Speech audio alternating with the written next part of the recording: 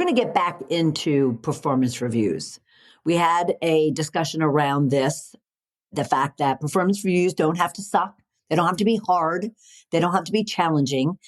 So you can always go back to episode 370, anywhere you get your podcasts, or you can go to balloffirecoaching.com/podcast and check out episode 370. But since then, it is performance review period. And I am getting a lot of feedback from my clients or from just individuals, professionals that I'm speaking to on a daily basis, that they're really walking away from their performance reviews very dejected. Not because of what is in the review, but more so what is not. So I want to dive into exactly what it is your people as a manager, your people are feeling and experiencing. We talked about what you could be doing in order to make those performance reviews more effective, but we're going to get into that again. And then really lay out some tips and strategies that you can and should be using in order to ensure just what you want from your own manager in order for you to be successful, meaning good feedback, constructive feedback, areas for improvement where you're doing a great job. Your people do too. And yet, I have to say, so far, the report card does not look good. So I want to get into all of that with you. Stay with us. Welcome to Shedding the Corporate Bitch, the podcast that transforms female corporate executives into powerhouse leaders by showing them how to shed the challenges and overwhelm, along with any fear, insecurity, self-doubt, and negativity holding them back.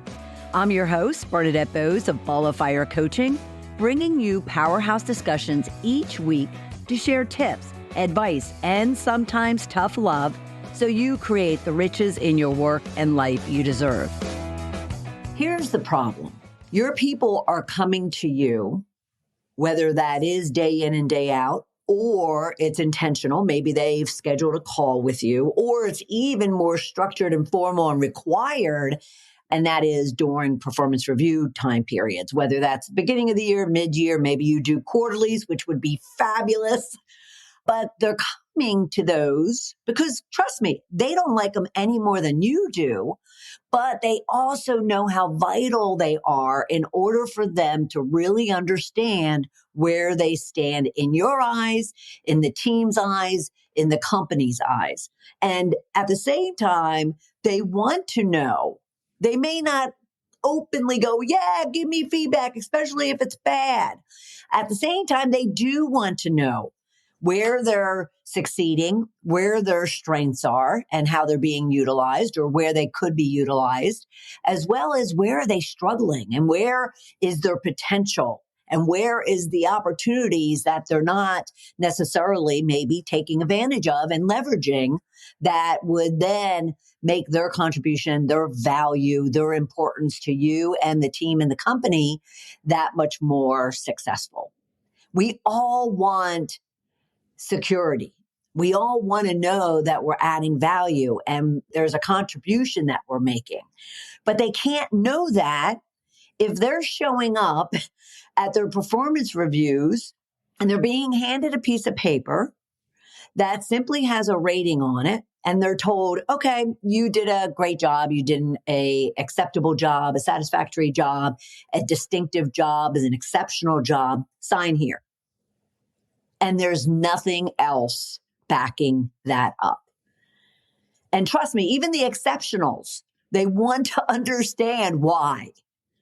Because that's their opportunity to actually get the appreciation and the recognition, even if it's just from you, their manager, let alone if it is advocated or discussed, even publicized into a broader group. They want to know. And it's your job to make sure they know.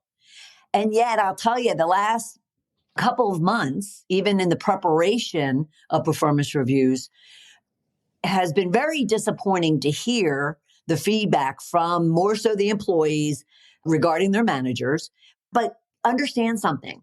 I also work with the managers who also are saying that same thing about their own manager. And this is what we discussed a few episodes back, episode 370. Go check it out. Something about performance reviews don't have to suck. And they have the same want and need. And unfortunately, it's turned into they have the same complaint.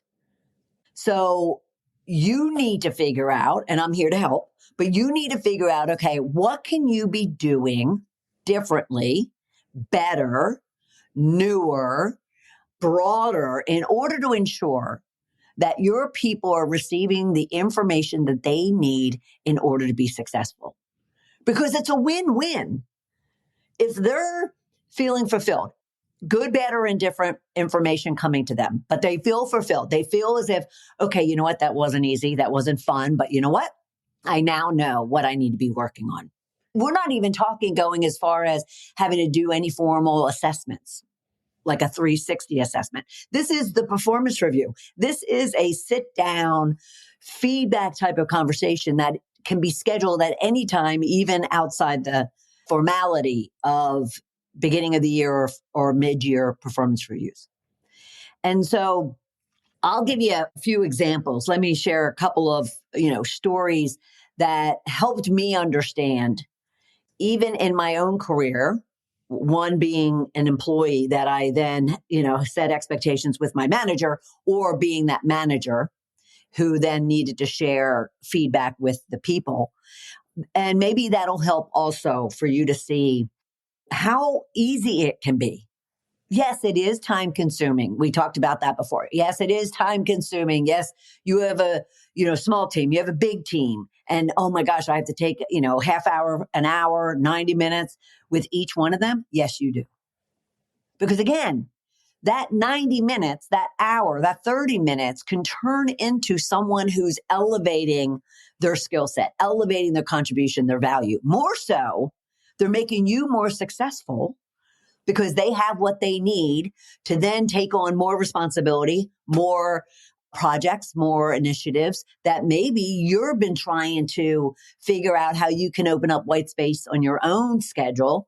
And therefore you can feel confident when you go to delegate, not dump, but delegate, because you now have a good understanding between yourself and your employee as far as where their strengths and where their areas of improvement are, and where their contributions have been, and where they have the capability to do so, capability to contribute even more so. And that's also what they want to know, especially if they're falling short in your eyes, maybe even in the team or the company's eyes. They want to give more. They want to give more. And if they don't, then you have a problem employee, and that's for another conversation. Okay. All right. So a couple of stories was I really learned this lesson, this pain of not getting feedback, in two ways. One is I was in probably my early to mid 20s, and I was working with a very, very difficult boss. Now, it came easy to him to give feedback, but it was yelling and screaming, and it was always negative. It was never, never, ever, ever, ever positive. And one day I just had enough. I just had enough. Not about the yelling and the screaming and whatnot. I kind of learned to tune that out. And unfortunately, many employees do when they have what I'll call a bully boss.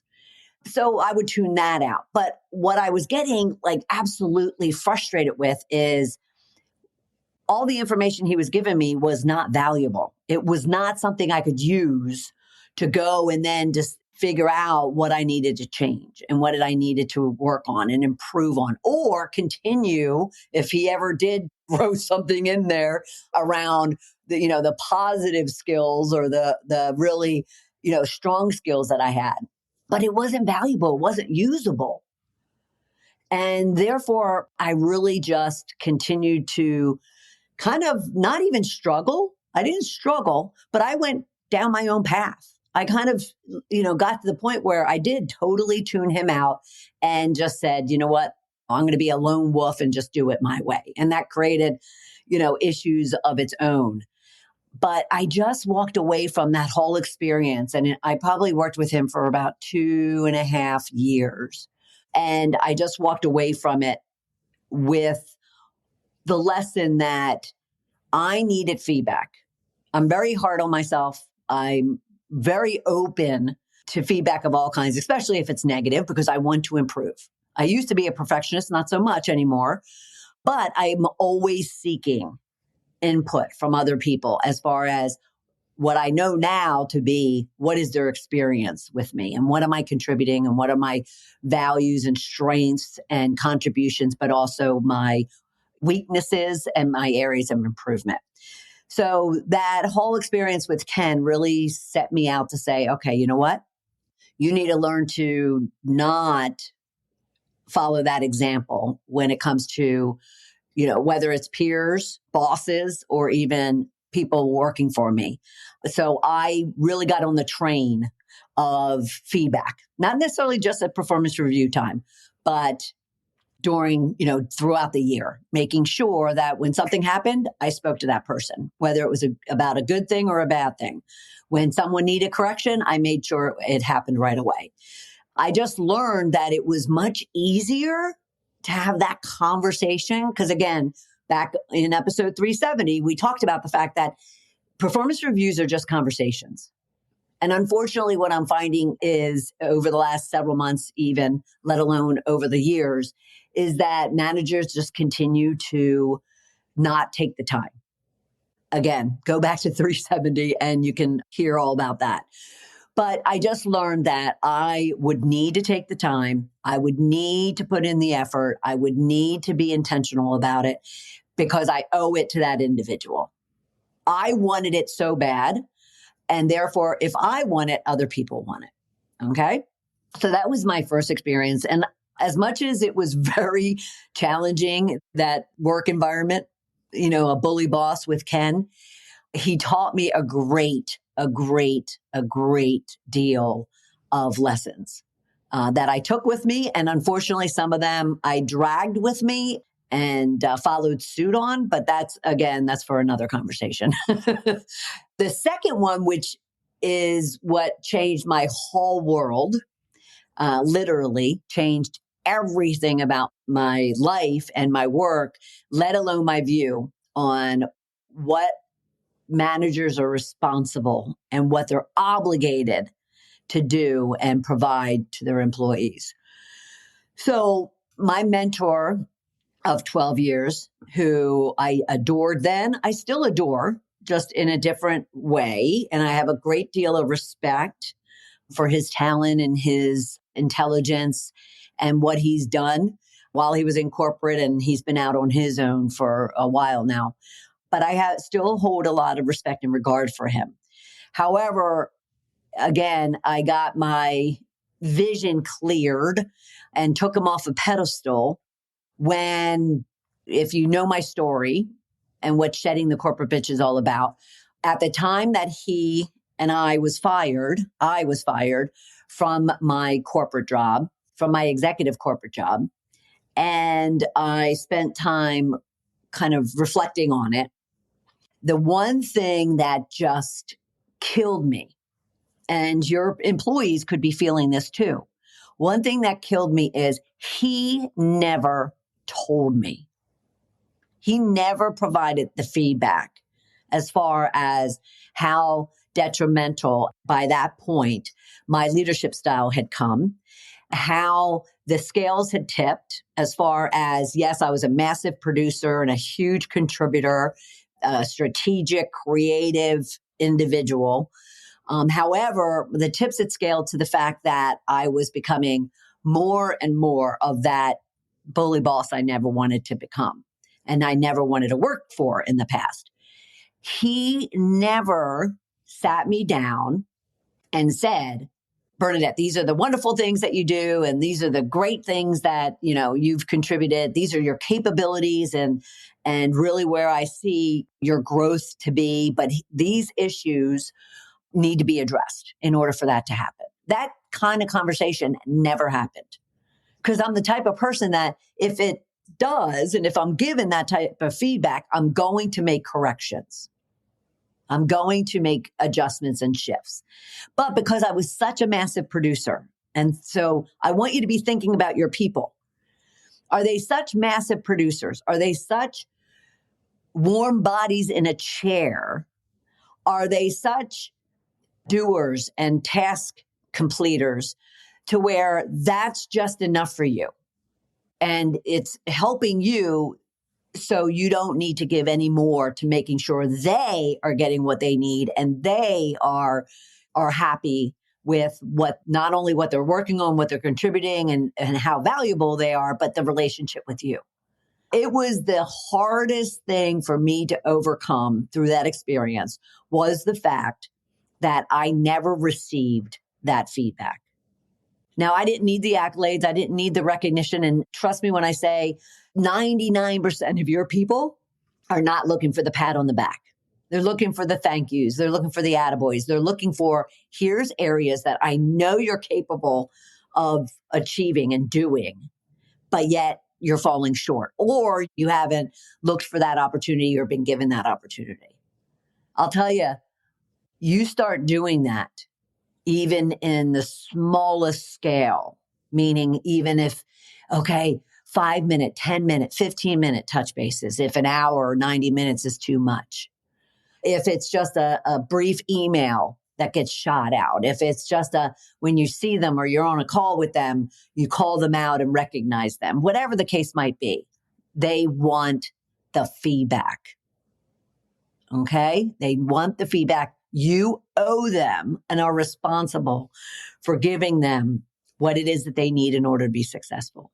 And you don't want someone like myself who 14 years later, 15 years later, still feels that what I'll call betrayal of not giving me the opportunity to make the changes that would have saved my career, my corporate career. I have a fabulous one now, and I'm very grateful for everything that did happen. However, that said, you don't want your employees feeling that. You don't want to feel that from your own boss. All right. So let's talk about some tips. Let's talk about some things that are beyond what we talked about in episode 370 that you can start really considering and starting to implement in order to ensure that your people are being given the type of feedback that they need in order to be successful. But more so, what you could be doing too to then approach your boss around what you need and what you want from them. So you too can be successful. All right. So that brings me to the first tip is consider what you want to need. And if some of this is repetitive from our last discussion, so be it. So be it. All right. Be okay with that. If you've listened to that one, thank you very much. And if you're back for this one, but consider that these things take repeating, but we should be looking at some new things. So, but consider what you want to need. Like literally sit down and write out what type of information do you want from your boss, but you also need, because those things could be different. Those things can be different. I have clients that they really want the information around how they can move to the next level, what it is that they need in order to be invited to the table. Others want information for correction, for improvement, for growth. But what you need might be different. What you need might be those things that just kind of ensure that the role and the responsibility that you have right now is being maximized and optimized the way it's supposed to be. So at least you come in at satisfactory, let alone exceed or distinctive or any other type of level. So your want could be different than your need. So you have an idea of what it is you want and need, and that can become your outline of what you can expect your people want and need. The next tip, though, would be ask them, and that's a 5-minute conversation. You could be, when your performance reviews need to be done at the beginning of the year, mid-year, roughly what month, it goes into the year, very too far. And some, are good at kicking off at the beginning of the year, but 5 minutes. So what do you need and want in the feedback that I'm going to provide you from your performance review? Not, you won a good mark, but what is the type of information that you need that will be beneficial to you understanding your contribution, your role, your purpose in your role? All right. So that would be the first. And again, the first is understanding your want and need, actually. And then the second one is take 5 minutes to find out from them what it is they want to need. Because the other thing, too, I'll add this.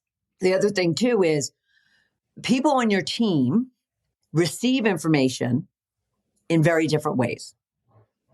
And therefore, you also want to understand what they want and need as far as the type of feedback, the approach, literally the words used, the structure of it, meaning they want to hear about where they, really excelled. And they then want to get into, okay, what could they have done better or differently? Or where is a gap?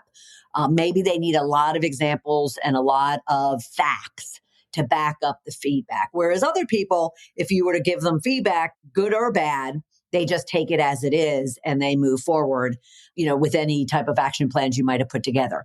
But others, they do need, especially if you are familiar with DISC styles at all. And if you're not, that's okay. You can always reach out to me and we could talk about it. But, there are various personality styles who require very high level and then some very deep level of information. So consider what you want to need first and then find out from them in a 5-minute conversation.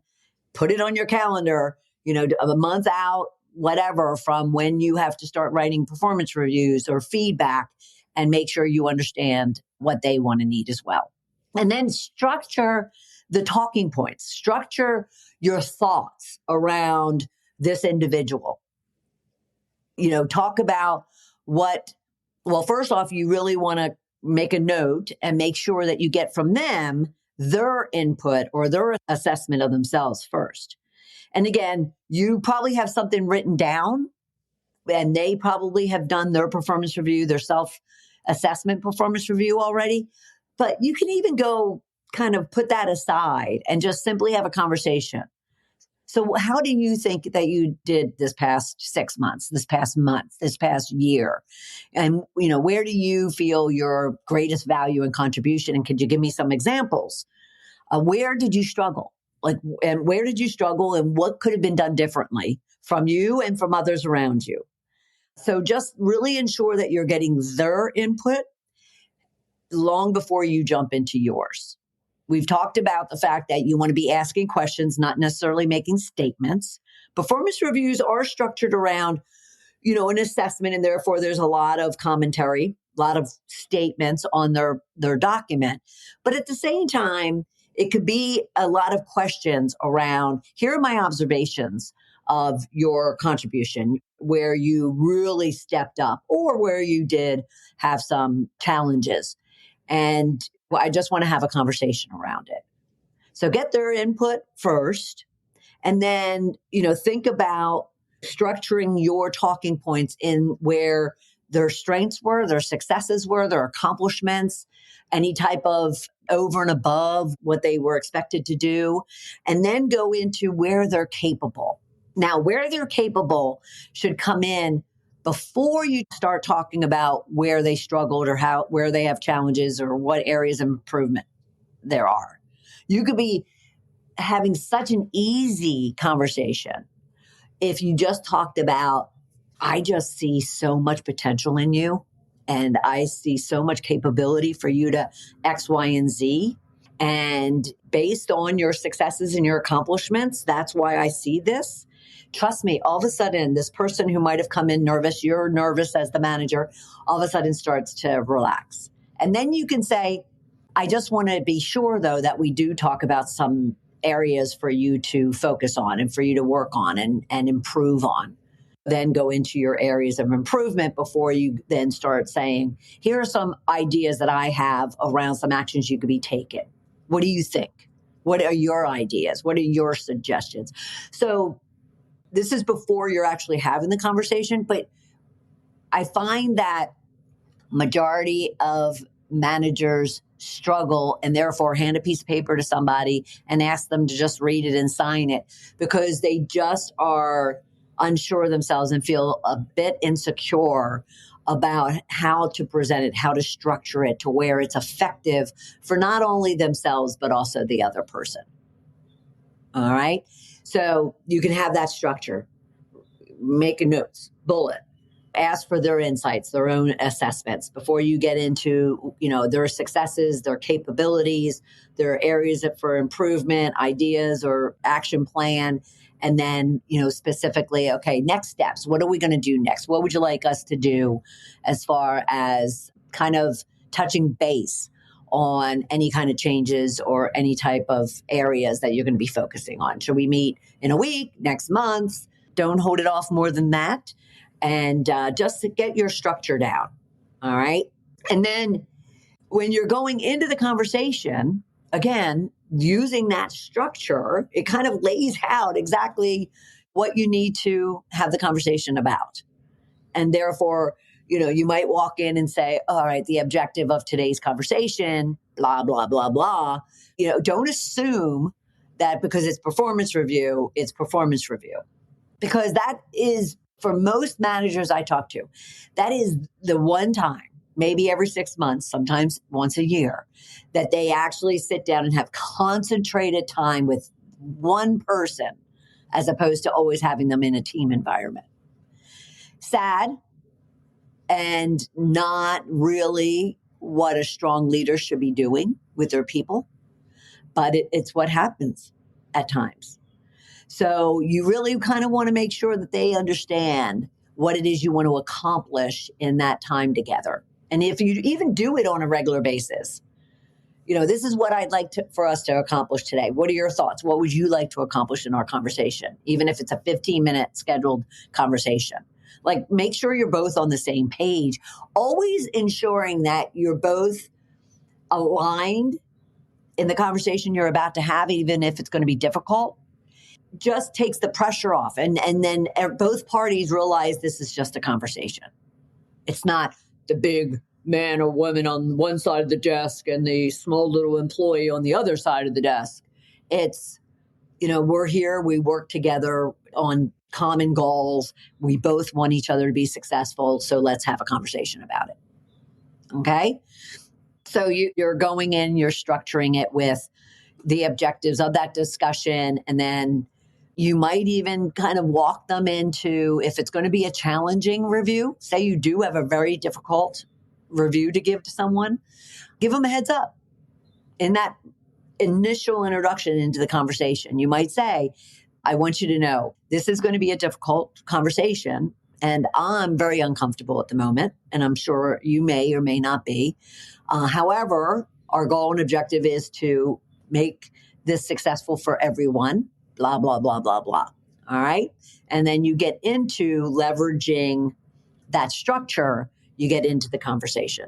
Again, you use that structure. It sounds arduous and involved and complicated and time consuming to put together. It can be done for a 5-minute conversation or an hour conversation. Don't use that as an excuse because you're just not accustomed or comfortable with a proposed structure around how you approach your performance reviews. All right. And then get into the conversation. But there's no reason for individuals coming to, like, folks like myself, external, coaches, consultants, maybe another team member or another manager in another area of the business. There's no reason for your people to be going and complaining to them and raising up concern or issue or frustration or feeling unworthy or unimportant. There's no reason for them to be going to anybody else to voice that frustration when it's so easy to be solved. And so when you listen to this episode, and especially if it's live, it's still early in a year, and therefore performance reviews continue. And performance reviews are even in some of my client companies being written. And therefore, just make a decision as a leader, not a so-so manager, but a leader, that you want to ensure you're giving your people what they need to be successful. And if you struggle in any way, shape, or form, as I mention each and every time we get together, then you just need to get a conversation with me. Let me help you kind of put that structure in place for you, whether it is going to be a 10, 15-minute regular type of feedback cadence that you want to get on, or it's that more involved hour, 90-minute conversation for the formal performance review at the beginning or the middle of the year. Book a call with me and let's get you really focused on providing your people what they need, because again, it's a win-win. They get what they need in the form of feedback from you. Thank you. Attaboy. You're capable of much more, but you're falling short here, or a much more involved discussion. But it's a win-win. They'll walk away. Maybe they'll be disappointed in some of the feedback, but at least they know, I wish I knew. I wish I knew. I'm not angry about it anymore. I'm more kind of exasperating the experience from 14 years ago. But it's still there. And therefore, it'll never happen to anybody who works with me, for me, or that I work for, because I go to my clients and ask them for feedback. It's just what we all need. We all need to know how we're doing and that we're important and that you care, that someone cares, even if it's with a little bit of sour in it. All right. And again, book a call with me. Go to coachmebernadette.com/discovery call and let's have a conversation. You owe it to your people, but you also owe it to yourself, because you actually could find out that you don't have to be working as hard as you're working, because you're optimizing and leveraging all the skills and talents of your people, allowing them to grow and improve and evolve and transform. And therefore, it makes your job better, sometimes easier, but everybody's successful. Who wouldn't want that, right? Who wouldn't want that? But I am so unbelievably grateful that you were here for this episode. And again, I'm going to remind you, go to the episode, Performance Reviews Don't Have to Suck. It's episode 370. If you want to kind of get the intro into what really needs to be done to ensure your performance review, as much as others' performance reviews, are done effectively to leverage and optimize someone's talents. And then I'll look forward to having you back for another episode of Shedding the Corporate Bitch. Thanks.